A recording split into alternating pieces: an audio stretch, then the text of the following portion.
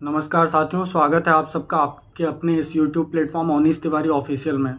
साथियों, सबसे पहले तो ये बताना है कि समयाभाव या टाइम नहीं मिलने की वजह से मैं फ्रिक्वेंटली आप सब तक वीडियोस नहीं पहुंचा पा रहा हूं, पर मेरी कोशिश रहती है कि जैसे ही मुझे टाइम मिलता है मैं कोशिश करता हूं कि आप सब तक पहुंचा जाए और कोई ना कोई एक वीडियो के माध्यम से आप सब तक कोई जानकारी पहुँचाई जाए। तो इसी क्रम में आज हम लोग उत्तर प्रदेश सरकार द्वारा संचालित एक योजना, बहुत ही महत्वपूर्ण योजना है बेटियों के लिए, जिसका नाम है मुख्यमंत्री कन्या सुमंगला योजना। इसके बारे में डिस्कस करेंगे कि कौन से परिवार की बेटियां इस योजना की पात्र हैं और क्या लाभ इस योजना के तहत प्रदान किए जाते हैं तथा इसके तहत इस योजना के लिए कैसे आवेदन किया जा सकता है।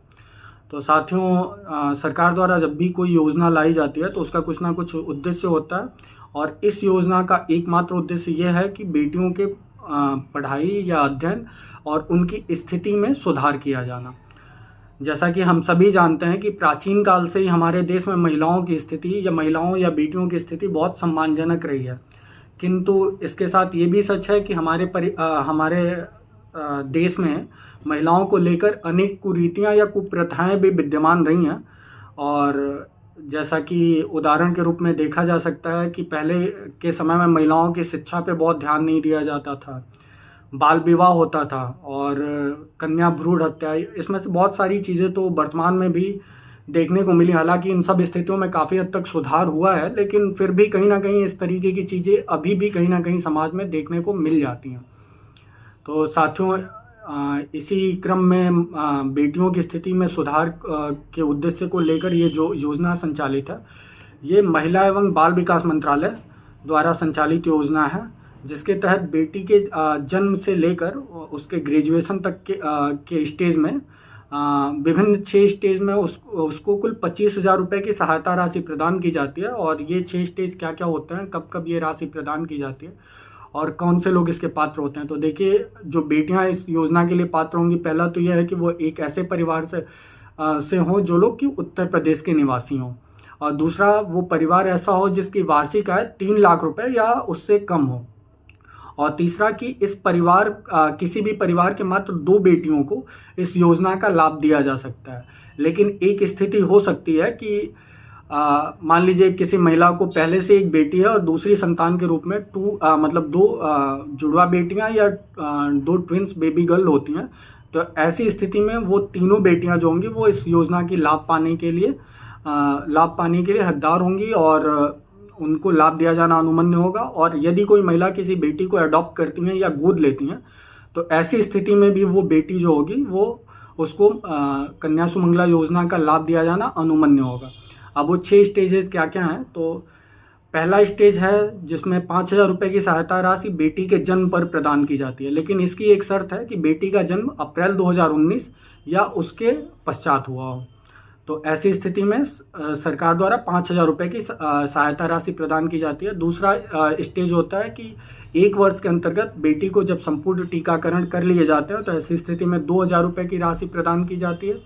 तीसरा स्टेज है बेटी जब क्लास 1 में एडमिशन लेती है तो ऐसी स्थिति में 3,000 रुपये की सहायता राशि प्रदान की जाती है। फोर्थ स्टेज है बेटी जब क्लास 6 में एडमिशन लेती है तो फिर 3,000 रुपये की सहायता राशि प्रदान की जाती है। फिफ्थ स्टेज है कि बेटी जब क्लास 9 में एडमिशन लेती है तो उस स्थिति में 5,000 रुपये की सहायता राशि प्रदान की जाती है। और सिक्स स्टेज है कि जब बेटी 10th 12th या ग्रेजुएशन या किसी 2 वर्षीय डिप्लोमा कोर्सेज में एडमिशन लेती है तो ऐसी स्थिति में 7,000 रुपये राशि प्रदान की जाती है। तो कुल मिलाकर ये 25,000 रुपये की राशि प्रदान की जाती है। और अब आते हैं कि इस योजना के लिए आवेदन कैसे किया जा सकता है। तो महिला एवं बाल विकास मंत्रालय के आधिकारिक वेबसाइट से भी इस योजना के लिए आवेदन किया जा सकता है, या एक पोर्टल है जो मैं आप लोगों को बता दे रहा हूँ, mksy.up.gov.in, इसके माध्यम से भी इस योजना के तहत रजिस्ट्रेशन किया जा सकता है।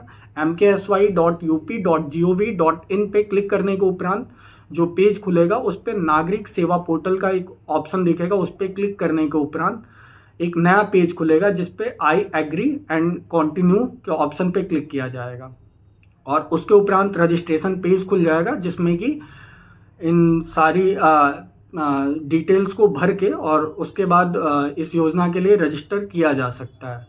अब एक चीज़ और बता दे रहे हैं जिससे कोई कन्फ्यूज़न ना रहे कि मुख्यमंत्री कन्या सुमंगला योजना जो है वो सुकन्या समृद्धि योजना इससे कहीं ना कहीं भिन्न है। मुख्यमंत्री कन्या सुमंगला योजना क्या है ये तो आप लोगों को मैं बता चुका हूँ। सुकन्या समृद्धि योजना भारत सरकार द्वारा संचालित योजना है जिसके तहत बेटी के जन्म से 10 वर्ष के अंतर्गत बेटी के नाम से एक खाता खोला जाता है जो पोस्ट ऑफिस में खोला जाता है और जिसमें एक धनराशि डिपॉजिट की जाती है जो बेटी के 21 वर्ष की उम्र के होने पे मैच्योर होता है और वो धनराशि बेटी के विवाह के लिए प्राप्त होता है। हाँ, उसमें एक और स्थिति होती है कि बेटी जब 18 वर्ष की उम्र पूर्ण कर लेती है तो ऐसी स्थिति में बेटी के अध्ययन के लिए जो है उसका उस संपूर्ण धनराशि का 50% राशि निकाला जा सकता है। तो साथियों, ये था सुकन्या समृद्धि योजना और कन्या सुमंगला योजना का अंतर। और एक और बात आप सबको बताना चाहूँगा कि बहुत सारे लोग आप में से मेरे साथ जुड़े हैं जो कि किसी ना किसी प्रतियोगी परीक्षा के लिए तैयारी कर रहे हैं और प्रतियोगी परीक्षा में प्रतिभाग भी करते हैं। तो ऐसी स्थिति में मेरे द्वारा ये डिसाइड किया गया कि बहुत जल्द मैं आप सबके साथ संविधान विषय पर भी वीडियोस करूँगा, क्योंकि संविधान एक ऐसा विषय है जिससे हर कॉम्पिटिटिव एग्ज़ाम में 2-4 क्वेश्चन ज़रूर ही पूछे जाते हैं। तो कोशिश होगी कि बहुत जल्द संविधान के विषय पर भी हम लोग चर्चा करेंगे। तब तक वीडियो को शेयर करिए, लाइक करिए और सब्सक्राइब करिए। बहुत बहुत धन्यवाद।